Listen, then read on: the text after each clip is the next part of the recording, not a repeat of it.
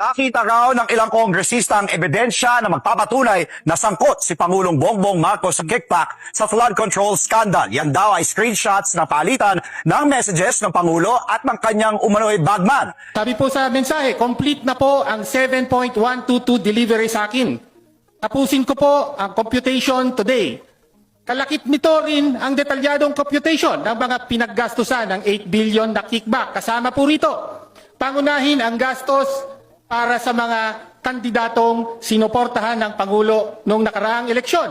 On July 10, pinabot ni Yusek Bersamin na may delivery para sa Pangulo sa Nara residence sa Forbes Park at sa sagot ng Pangulo. Sasabihan ko si June Baris. This is July 10. The President appears to be receiving kickbacks days before he went to Congress. Humarap siya rito at nagsabing, mahiya naman kayo.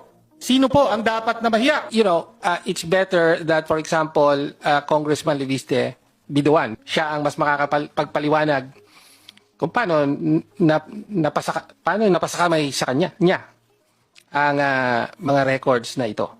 Una nang sinabi ni Leviste sa isang social media post na lalabas ang ebidensya sa kickbacks sa tamang panahon. Sabi pa niya, darating daw yan kapag handa nang magsalita ang mga may alam tungkol sa anomalya at mangyayari lang daw yan kung ramdam na ng mga ito ang suporta at proteksyon ng taong bayan.